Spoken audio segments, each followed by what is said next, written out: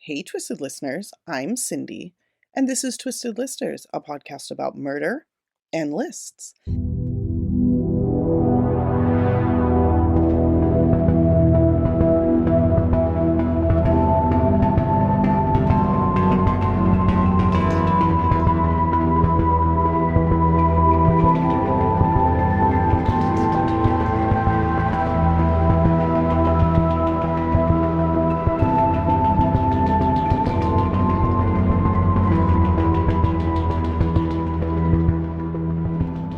And Diva is on a very well-earned break to spend time with her brand new baby boy.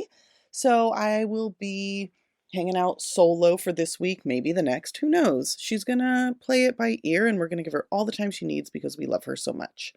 So, as promised, I'm going to do some single episodes and I'm doing a Christmas theme because, of course, I am. Why not? So, I'm going to do the case of the Santa Strangler. And it actually took me a while to pick this case. I was reading a bunch that were like holiday themed and they were all kind of whatever to me. And I finally found this one and it really got me. And of course, it's not super Christmassy, but it is what it is. And we're just gonna jump in. So, we're going to start in 1975 with a woman named Jeannie. She meets a man named Stephen in California. Now, she lived somewhere else in the country, but the two of them dated long distance for a while. And in 1975, she finally decides, they're going to get married and she's moving to California to be with him. And specifically, they're moving to San Luis Obispo, which is a beautiful, little town. I had a bunch of drunk friends that went to college there. So a little bit of a party town, but a good place to be. And especially in the 70s, it was a very different vibe. So she goes to California, she flies in, and Stephen is somewhere. He's not back from wherever he is. I think he may have been military. I'm not really sure. But she arrives and she's picked up by her future stepfather-in-law, Mr. Adolf Laudenberg. Now, bad name already, but, he was born before all that happened. So, it is what it is. Anyway, Adolf was a seemingly very nice man, slightly larger guy with a big white beard. We know where this is going. He looked something like Santa Claus, in fact, and his nature seemed to match. The two of them hit it off immediately. They spent quite a few days together getting her new apartment together. He took her to swap meets. He took her to furniture stores. He really seemed to have a lot of interest and care because this was his stepson's bride-to-be, so he was being very fatherly and things were really, really great. However, within a couple of days, things took a really weird turn, with Adolf suddenly confessing that he had fallen in love with her. Now, at this time, not only is Adolf just divorced from her, future husband's mother, but, he's 30 years older than her. So real fucking awkward here. So Jeannie tries to shrug this off and play it cool. But, not a real great way to start things. You're like, oh, I'm going to marry into this family. Awesome. So anyway, Adolf decides, they're still hanging out. Steve's still not back. She came in a week before he did or something. So they've got some time here to hang out. And Adolf decides to kick it up a notch with Jeannie. And this is fucking nuts. Within 5 days of their meeting, Adolf says to her, while the two of them are together driving in a car, no less, which is terrifying, he confesses to her that he killed 4 women between 1971 and as recently as 1975, which I will remind you is the current year when this story is taking place. He refers to these murders as his, quote, 4 sins. He said 3 were murdered in the LA area and the other was up in the San Francisco Bay Area, which is actually where he was living at the time.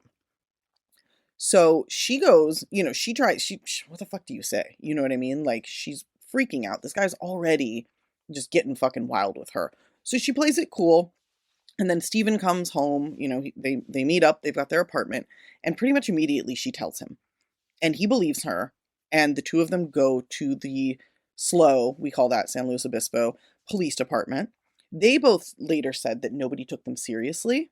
However, they did tell the LA precinct what happened, and the LA precinct had Adolf come into the station.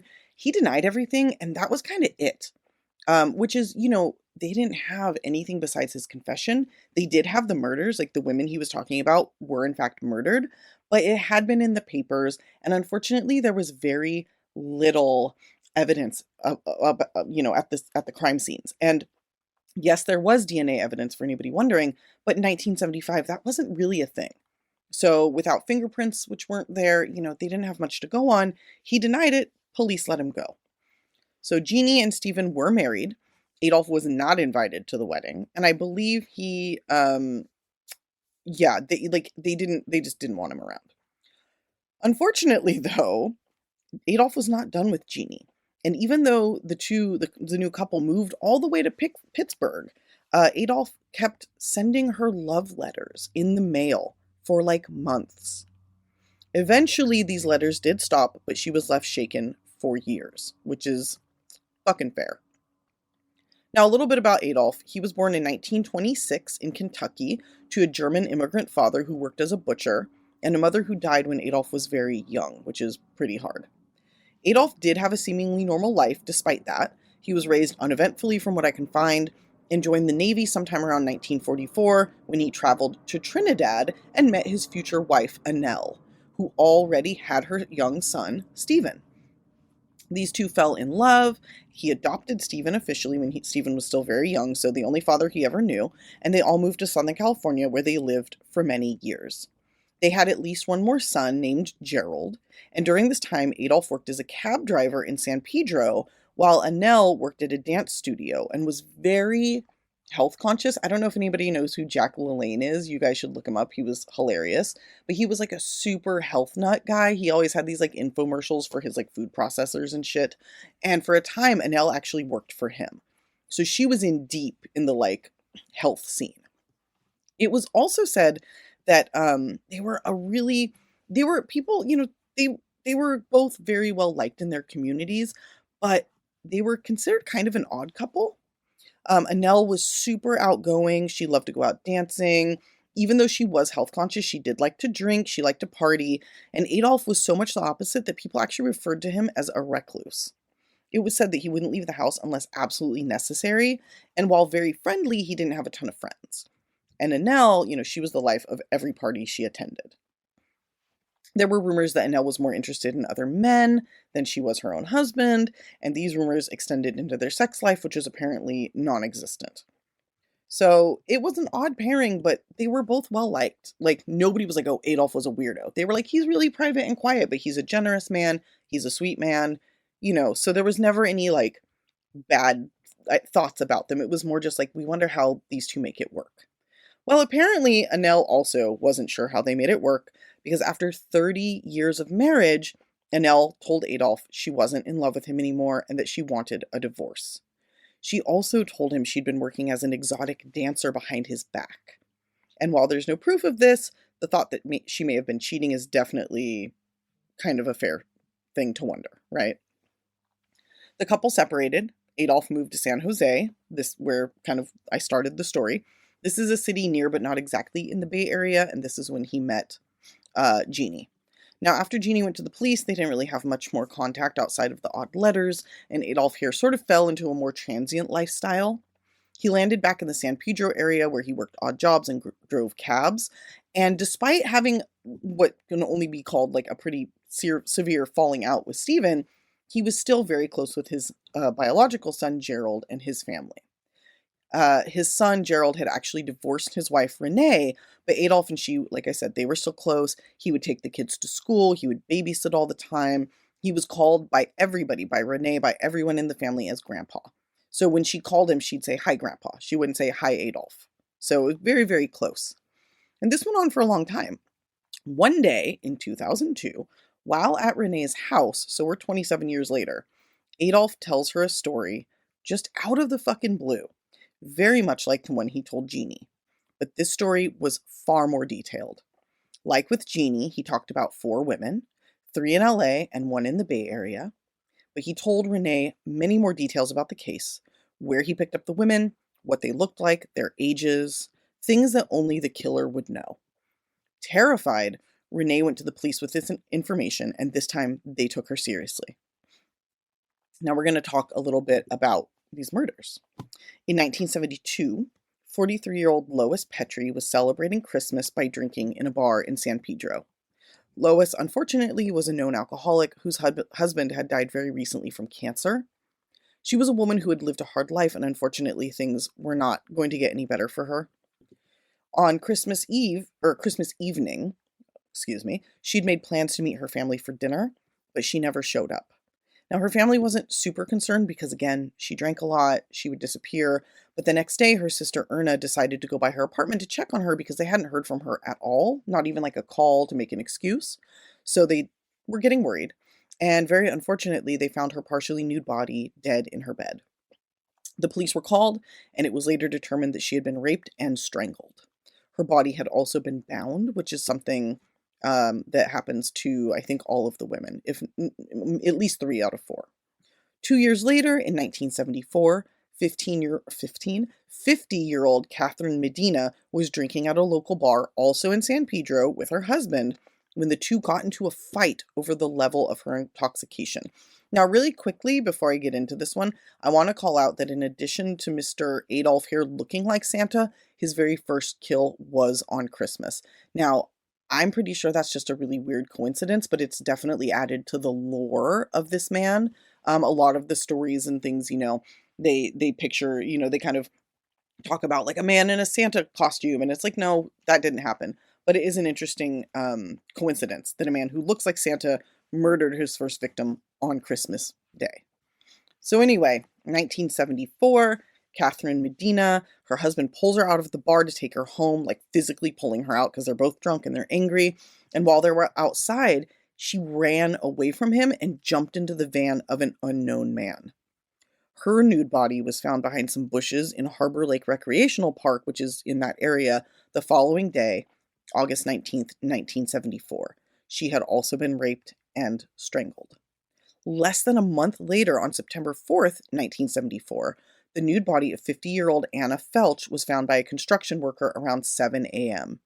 She was a hot dog stand worker and also enjoyed drinking, and was last seen leaving a bar in San Pedro by herself, clearly intoxicated. Both Anna and Catherine, like I said, had been raped and manually strangled to death, just like Lois, and at least one of them had been bound, and one of them also had a covering over her face. Now, police did believe these were the work of one person, but DNA, like I said, wasn't a thing back then, so pretty quickly the trail went cold.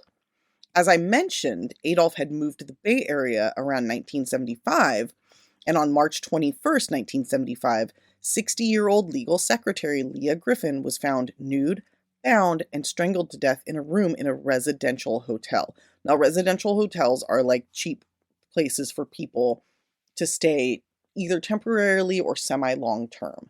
It's not a place that's like meant to live for a long time, but it's kind of a step above being homeless, but definitely a step below permanent housing. Now, Lois was a heavy drinker, and that night, the night before she was found, she had been out drinking. She had actually just learned that she had breast cancer, so she was out drowning her sorrows, and was picked up and raped and murdered. Now, as I mentioned, Adolf confessed to this and 3 other murders to Jeannie when they met, but again, DNA didn't really exist at that time, and Adolf didn't leave any fingerprints. So when he denied the murders to police, like I said, they had no choice but to believe him. However, this next confession to Renee came in 2002, a time when DNA very much was a thing. And very luckily, police were able to get a sample from Lois Petrie's body to use for DNA matching. Now, this is especially lucky and crazy because the murder was 30 years old. And considering that DNA didn't exist, it was pretty good luck that they not only did a rape kit at the time, but they kept it. And in fact, they did these kits on all 3 of the LA-based women.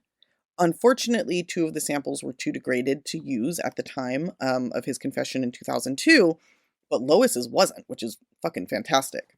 So police got a DNA profile, they ran it through the database, there were no matches, and Adolf, wasn't in the system, because this guy, he didn't have so much as a parking ticket. Like, he was so clean in terms of, like, his record, it's crazy, not a fucking spot on it.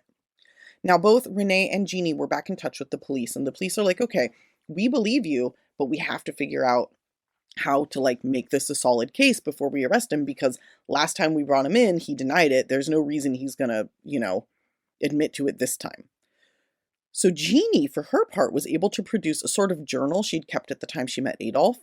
And in this journal was a note on the day he confessed, and it read, quote, "Dad confesses sins." Now, this was really important to police as it showed she wasn't making this up. Or if she was continuing this lie for 30 years, which like really doesn't make sense. It just makes her more credible that she has a paper trail showing when it happened. And it also helped that Adolf had told Renee that he had taken his, quote, sins to the Lord, and that he also referred to them as his 4 sins with her as well. So it's similar verbiage, similar wording, saying the same thing. So, like I said, police believe the women, still didn't have enough evidence, and were sure he would just deny it. Now, on top of not having any sort of record, Adolf was like a staple in the San Pedro community. Well liked by everyone. Everybody said he looked like Santa. So it was going to be a really hard sell without real evidence. So police devised a plan to catch Adolf by getting his DNA without his knowledge. This, as we know, can be very tricky because, very luckily, privacy laws exist. And I agree with privacy laws. I think they should exist. But as you may all know, if you discard something in a public place, it's fair game for anybody to grab it and do what they like with it. So police devised a plan to trick Adolf into giving them his DNA. And they did this by reaching out to him and saying that there had been a string of thefts near the trailer park where he was currently living. Adolf, ever the nice man, agreed to meet with police and give a statement kind of regarding the situation, if he'd seen anything, what it was like living there, basically just to get him to meet with them. So they meet at a restaurant. Adolf orders a cup of coffee, and when he leaves, he just leaves disposable. It's a disposable cup, and he just leaves it sitting on the table. So police take it and test it, and it was a perfect match to the DNA found on Lois's body. So Adolf was arrested and tried for her murder. And at this time, he's 78 years old. And the crazy thing is, as far as they could tell, he hadn't killed anybody else in years. So police now are putting together a motive because even if you have DNA, you really want to lock the case in, with the jury, with the trial, with motive. And police suspect the reason he had gone on this spree in the first place was that it coincided with the divorce with Annelle. And they believe that he was angry at his wife for abandoning him and also angry at his mother for dying when he was very young. So if you think about it, all of the women that he killed were middle-aged or older, like his wife. They were partiers, like his wife, or sickly, like his mother, or both. And they all resembled his ex-wife, which is really fucked up. So really fucking weird. Also, it's possible that he stopped murdering women when he got remarried, when his children started, getting married and having kids, when he found more of a reason to be happy. But it's so fucking crazy that his response to this was to just fucking murder women and to find like random women down on their luck, take advantage of them, sexually assault them, and then strangle them. Like that is a lot of fucking anger, So unfortunately, because the evidence was so degraded, he couldn't officially be charged for the other 3 murders, nor for that of a 55-year-old bar owner named Irene Hind, who they believe he murdered, as she was found raped and strangled on March 12th, 1975, in the Bay Area, 9 days before Leah. So, makes sense that that would have been one. He did admit to it, though, which is interesting because he admitted to the other 4. So, I'm on the fence about whether or not that was just like a weird coincidence, but either way, unfortunately, he was only ever charged for 1 murder. But it was enough. The murder of Lois got him put into prison with the possibility of parole. So he had a life sentence with the possibility of parole, but like he was basically 80 years old when this happened. So it was, a death sentence, essentially. He did appeal, saying that the police should not have been able to take his discarded cup. An appeals court was like, no, that's not true. You don't have an expectation of privacy when you leave something in a public place. Like if you leave your garbage in a public place, you don't know what's going to happen to it, and you don't have the right to know because you left it. If you didn't want somebody to have it, you should have taken it with you. So it was upheld, and he died in prison on June 26, I believe, 2015, of old age. He was 89 years old, so he just went. That was it.